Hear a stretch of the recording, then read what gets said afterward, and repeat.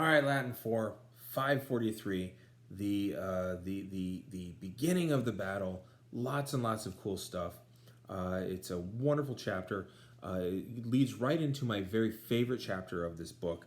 And it's the bridge between the most badass moment and the most fun chapter. So here it is, 543. As always, do it all written down. Then get out your red pen and watch this video. Okay, so hit pause, go do that.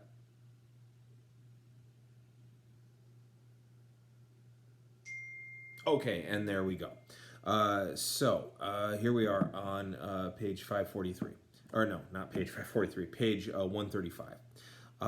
But such or so great was the courage of the Roman soldiers, or the manliness of the Roman soldiers, and their presence of mind, that when on all sides they were being burned by flame and by the huge number of missiles, and these are usually going to be molten molten rock or clay, but also any stones and any tela that they would throw. And that they were being overwhelmed by these things. And they, the Romans, knew that all of their baggage or all of their personal equipment and all of their fortunes, their personal belongings, the things that they were making money at, were on fire, were burning. Not only did no one depart from their post on the rampart in order to rescue their stuff or in order to leave, but almost not even was anyone bothering to look back at this. And then all of our men, everyone, carried on bravely and sharply, most sharply and most bravely with the fighting. Okay, they kept fighting.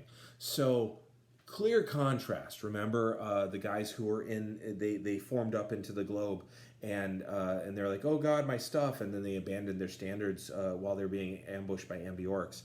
These guys didn't do any of that. They'd see stuff catching fire, they'd be like, yeah, that's on fire. I've got this problem in front of me. Okay. Hic dies, this day for our men was by far, and that's the thing about the word longe. Romans didn't understand distance very well. They didn't have that many words for it. So longe here means by far, right? So in a way of comparing without using a comparative. This day was by far the most serious for our men. But, however, or nevertheless, it resulted, or it had the result that on that same day, the greatest number of our enemies were slaughtered and killed, when beneath the very embattlement, underneath the very wall that they had built, they had crowded themselves together, and those in the back, the last ones, the final ones, were not giving a chance to retreat to the front ones. So they all rush in. I'm sorry, not on the wall that they had built, the wall that the Romans had built, just to make that clear. So they all crowded up there, which means the Romans are just throwing things down on the front guys, right? And the guys with the sheds are like, no, we're going to get in there too.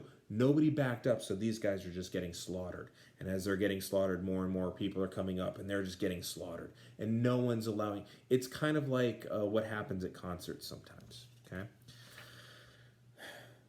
We're on page 137, okay, line 19. The flame, indeed, died down a little, okay? It intermissa flamma paulum, right? And the tower had been driven up to our wall and was touching it, okay? You remember that tower I told you about, the siege tower? And the centurions of the third cohort, notice he's naming guys by their company. The centurions of the third cohort, from the spot where they were standing, they retreated. Okay, so the tower comes up, and they're about to climb over, and the centurions that are all right there, they take off. See, I could draw it all on a whiteboard, but frankly, I didn't prepare, and I think you like my pantomimes. Let me know if you don't.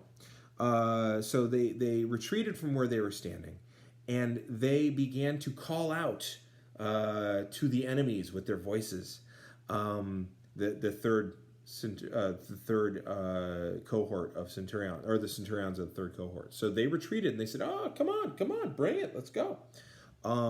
They said if the enemies wished to enter, none of whom dared to charge forth.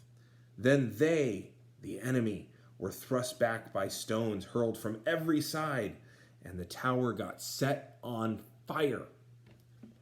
So, you remember when the Romans were being ambushed, and they were in their globo, right? They were in their circle formation.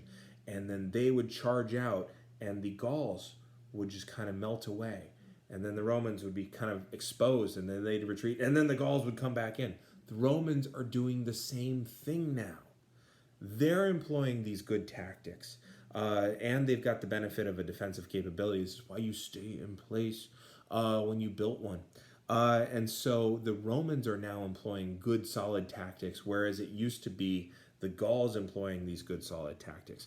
You can retreat a little and still be Roman because all your buddies are throwing rocks and stuff at them. And then at the very end, I just really like that their place has been getting burned down the whole time. All their stuff is getting burned. And what do?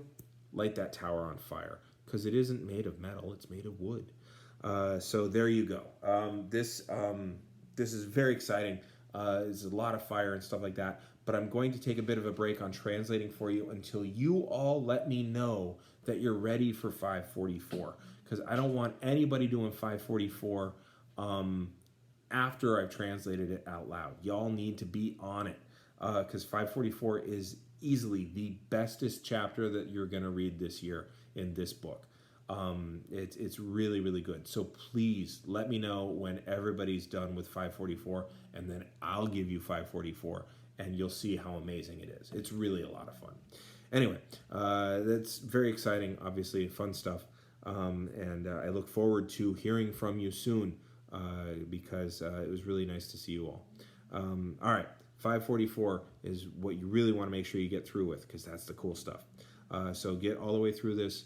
Make sure it's yours, and then you red ink it, and then you'll be in good shape. All right, I'm going to hit the button.